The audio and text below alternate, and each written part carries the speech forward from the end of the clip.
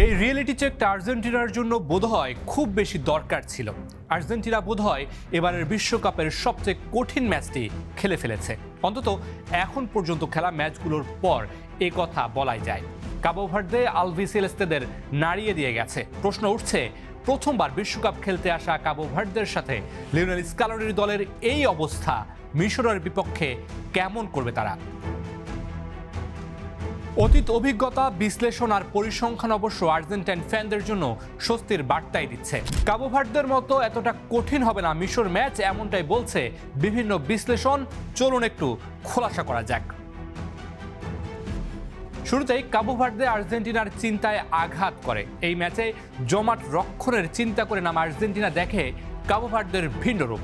রক্ষণে 4-5-1-এ খেলা দলটি আক্রমণে ওঠার সময় অল অ্যাটাকে উঠেছে আলবিসেলেস্তেদের বিপক্ষে। সেখানেই ঝামেলায় পড়েছে লিওনেল স্কালোনির দল। অতিমাত্রায় আক্রমণ নির্ভর হতে গিয়ে ডিফেন্সে ভুল করেছে। মিশরও কি একইভাবে খেলবে? কাবো ভার্দের মতো মিশরও লো ব্লকে খেলা দল, তবে তারা অল আউট অ্যাটাকে খুব কম যায়। এদিন কাবো ভার্দে খোলস ছেড়ে বেরিয়ে আসলেও মিশর তাদের সহজাত খেলাতেই মনোযোগ দেওয়ার কথা। ডিফেন্স থেকে মোহাম্মদ সালাহকে কেন্দ্র করে কাউন্টার অ্যাটাকে উঠে থাকে মিশর, আর তাতে আক্রমণে বাড়তি সুবিধা পাবে আর্জেন্টিনা। কাবো ভার্দে এবং মিশর দুই দলই কঠিন প্রতিপক্ষ, কিন্তু তাদের খেলার ধরন একেবারেই আলাদা। এই কারণেই আর্জেন্টিনার জন্য চ্যালেঞ্জও হবে ভিন্ন।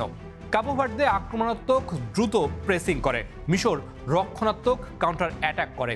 কাবো ভার্দে বল নিয়ে খেলতে চায়, মিশর প্রতিপক্ষকে বল ছেড়ে দেয়। কাবো ভার্দের পুরো দল দ্রুত গতির, মিশর মূলত সালাহ ও উইং দিয়ে গতি সঞ্চার করে।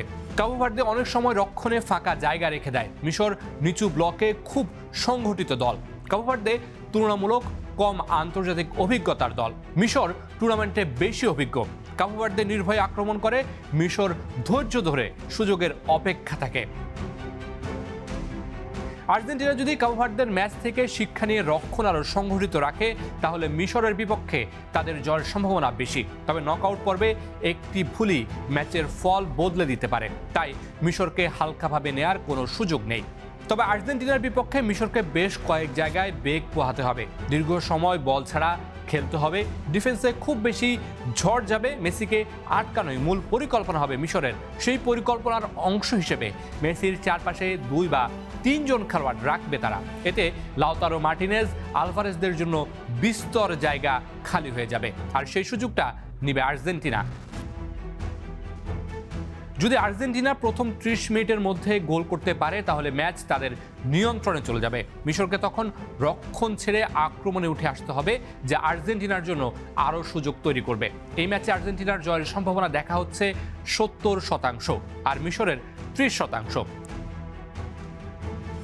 মূল কথা, পরিসংখ্যান, বাস্তবতার বিশ্লেষণ বলছে কাবো ভার্দের তুলনায় মিশর আর্জেন্টিনার জন্য সহজ প্রতিপক্ষ হবে। তবে মোহাম্মদ সালাহ সুযোগ পেলে আর্জেন্টিনার ডিফেন্সে চির ধরাতে পারেন। মোটা দাগে কাবো ভার্দে ম্যাচে আর্জেন্টিনার রক্ষণভাগের দুর্বলতা খুব ভালোভাবেই দেখা গিয়েছে।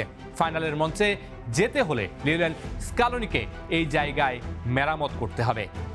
Mamunur Rashid, star play.